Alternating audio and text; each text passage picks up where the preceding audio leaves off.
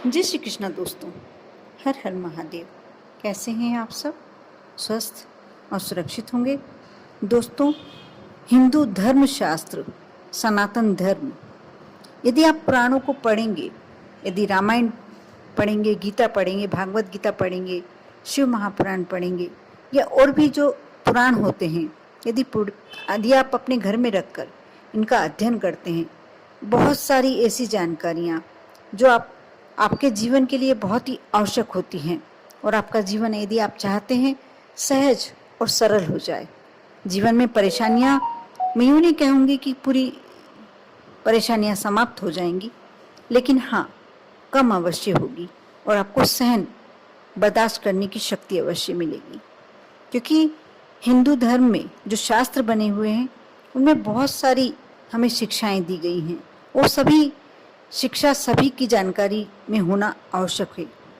जैसे आपने सुना ही होगा, आपके घर में भी होता होगा कि परिवार में, घर में किसी व्यक्ति की यदि मौत हो जाती है, मृत्यु हो जाती है, तो 12 दिन तक उस घर में गरुड़ पुराण का पाठ किया जाता है। और शास्त्रों में ऐसी मान्यता है कि कोई भी आत्मा तत्काल से कोई दूसरा जन्म धारण नहीं कर सकती। इसके अलावा कई प्रकार की जानकारी गरुड़ पुराण में दी गई है। आज की इस वीडियो में मैं यही बताने वाली हूँ कि जो भी इंसान भगवान शिव और भगवान विष्णु का चिंतन नहीं करता या पितरों और देवी देवताओं की पूजन नहीं करता, उसके बाद उसके साथ क्या होता है, और ऐसी कुछ जानकारियाँ जो आपको पैसे के से मजबूत कर सके, धन से मजबूत कर सके, आपके जीवन के और जो भी कष्ट हैं, समस्याएं हैं, वह दूर कर सके। यदि आप ये कार्य करते हैं, गरुड़ पुराण में दी हुई जानकारियाँ और जो शास्त्रों में दी गई जानकारियाँ हैं, आज मैं आप सभी को बताने वाली हूँ। अवश्य शुरू से अंत तक आप वीडियो देखें।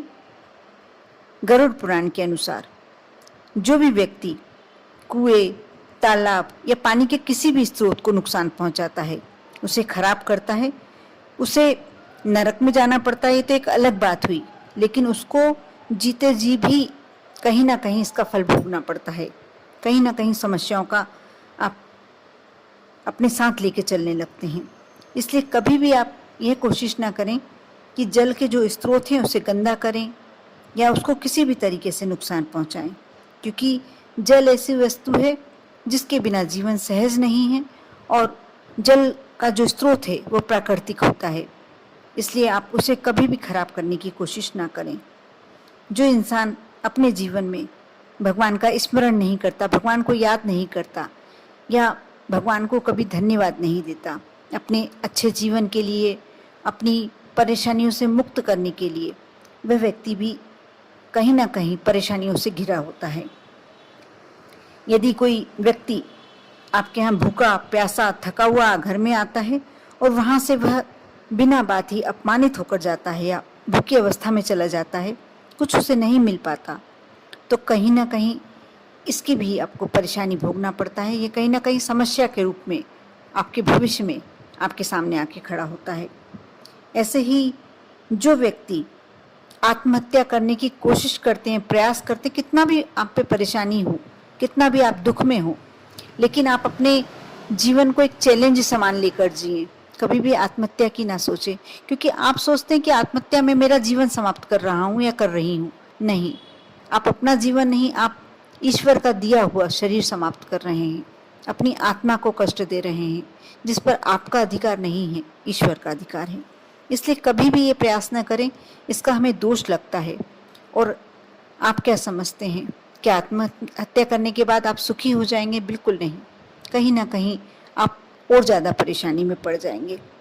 जो व्यक्ति गर्भ हत्या करता है, जो माँ अपने बच्चे को गर्भ में ही समाप्त करती है, वह सबसे बड़ी दोषी होती है। सबसे ज़्यादा इस जन्म में पाप भोगने वाली वही महिला होती है। इसलिए कभी भी ये गलती ना करें। किसी के खिलाफ झूठी गवाही देना ये भी एक दोष ही होता है, उसे भी कहीं ना कहीं भविष्य में, और पहले क्या कहा जाता था कि वह नरक भोगेगा या दूसरे जन्म में परिणाम मिलेगा, लेकिन नहीं, आजकल इसी जन्म में भोगना पड़ता है। जो व्यक्ति पितर और देवताओं की पूजन नहीं करता है, उनका स्मरण नहीं करता, उसे भी परेशानी भोगनी पड़ती है। जैसा कि मैंने पहले बताया, जो व्यक्ति अपने घर के बुजुर्गों की सेवा नहीं करते, उनका सम्मान नहीं करते, उन पर दया नहीं करते, कहीं ना कहीं अपने जीवन में भी वह इतिहास दोहराने की पूरी पूरी क्षमता रखते हैं। आप ये मत समझिए कि आपने यदि अपने बुजुर्गों का अपमान कर दिया या उनको किसी भी तरीके से परेशान किया तो आपको भगवान माफ़ कर देगा। नहीं, बिल्कुल नहीं। हो सकता है उस समय आपको कोई इंसान नहीं देख रहा हो, लेकिन कहीं ना कहीं लेखा जोखा चल रहा है। ये परेशानी आपको भविष्य में झेलनी ही पड़ेगी। आप किसी की दूसरे की प्रॉपर्टी यदि हड़पते हैं तो ऐसे व्यक्ति को भी चुकाना ही पड़ता है, क्योंकि कर्ज आपका, आप किसी का कर्ज लेकर नहीं जी सकते, कहीं ना कहीं वह कर्ज दूसरे रूप में आपको चुकाना होगा। इस तरीके से ये तो हुई परेशानी वाली बात। लेकिन आप यदि स्वयं किसी परेशानी में हैं, उससे निकलने के लिए भी बहुत सारे छोटे छोटे उपाय हैं जिन्हें कर सकते हैं। जैसे मैंने बताया कि गरुड़ पुराण में इन सब बातों का उल्लेख है और बहुत डिटेल्स में दिया हुआ है। और शास्त्र, कोई भी शास्त्र आप उठाकर देखेंगे, हिंदू सनातन धर्म का कोई भी शास्त्र उठाकर देखेंगे, कहीं ना कहीं आपको शिक्षा ही मिलेगी। जैसे आपको ये बताया गया है कि क्या पाप होता है और क्या पुण्य होता है। अब मैं ये बताने जा रही हूँ कि ऐसे कौन से उपाय हैं जिन्हें कर, बहुत छोटे छोटे उपाय हैं जिन्हें कर यदि आपसे अनजाने में कोई भूल हो भी गई हो, यदि आप मानते हैं कि हाँ हमसे भूल हुई है, गलती हुई है, सबसे पहले तो मैं ये बता दूं, यदि आप स्वयं मन में भी प्रायश्चित कर लेते हैं, आप ये बात मान लेते हैं कि हाँ मेरे से भूल हुई है, और जिस व्यक्ति के प्रति भूल हुई है यदि आप सामने जाकर उसके स्वीकार कर लेते हैं, माफ़ी मांग लेते हैं, तो आपको भगवान भी माफ़ कर देंगे। और उससे भी अच्छा तरीका है आप भगवान के मंदिर में जाकर उस बात का प्रायश्चित करें।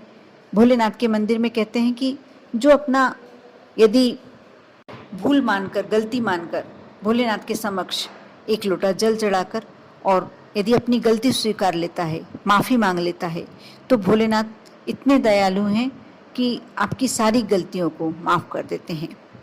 जैसा कि आप जानते ही होंगे, धार्मिक मान्यता है कि शिव जी, भोलेनाथ बहुत ही जल्दी प्रसन्न होने वाले देवता हैं। यही वजह है कि उन्हें भोलेनाथ कहा जाता है। शिव जी मात्र जल और बेलपत्र से प्रसन्न हो जाते हैं, अपने भक्तों को मनचाहा वरदान देते हैं। हो सकता है आपसे अनजाने में कोई गलती हो गई हो, जानबूझकर कोई नहीं करता। यदि हो भी गई है, आप इस तरीके से भोलेनाथ को मनाइए और उनकी कृपा पूरी पाने के लिए, आप उनका आशीर्वाद पूरे पाने के लिए बिल्कुल तैयार हो जाइए। भगवान शिव को प्रसन्न करने के लिए, उनकी कृपा पाने के लिए सोमवार का दिन बहुत ही श्रेष्ठ माना जाता है। और यदि आप घर की सुख शांति चाहते हैं, खुशहाली चाहते हैं, तो सोमवार के दिन शिव जी को घी, शक्कर और गेहूं के आटे का बना हुआ भोग लगा सकते हैं। उसके बाद उनकी आरती करें। ऐसा माना जाता है कि यदि सिर्फ इतना ही कर दिया जाए तो भोलेनाथ अति प्रसन्न हो जाते हैं और घर में हमेशा खुशहाली बनी रहती है। सोमवार के दिन दही, सफ़ेद वस्त्र, दूध, शक्कर का दान करना भी बहुत श्रेष्ठ माना गया है।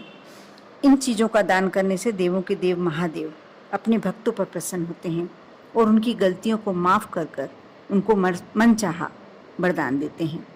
कड़ी मेहनत के बाद भी यदि आपको धन की कमी या फिर गरीबी जैसी समस्या का सामना करना पड़ रहा है, तो सोमवार के दिन शिव रक्षा स्तोत्र, जिसका नाम ही शिव रक्षा स्तोत्र है, आप समझ सकते हैं उसकी क्या महिमा होगी, उसका अवश्य पाठ करें। यदि आप किसी समस्या से पीड़ित नहीं हैं तब भी आप करें, जिस दिन आपको टाइम मिल जाए। यदि सोमवार को टाइम नहीं मिल पा रहा तो अन्य दिन कर सकते हैं।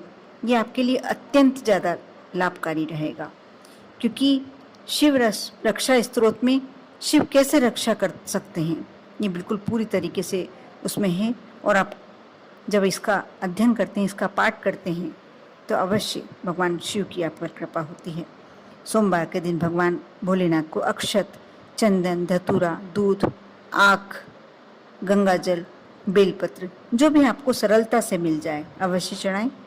और ऐसा करने से अवश्य आपके दुख, कष्ट और जो भी आपसे गलतियां हुई हैं वह सब दूर हो जाएंगी। यदि किसी व्यक्ति का चंद्रमा कमज़ोर है और चंद्र दोष से कम करना है, उसका प्रभाव कम करना है, तो इसके लिए वो भगवान भोलेनाथ पर मीठे दूध से अभिषेक करें। ऐसा करने से, और माथे पर चंदन का तिलक, पहले भोलेनाथ को त्रिपुंड लगाए चंदन का, उसके बाद अपने मस्तक पर चंदन लगाएं, तो चंद्र दोष जो आपके ऊपर चल रहा होगा वह भी समाप्त हो जाएगा।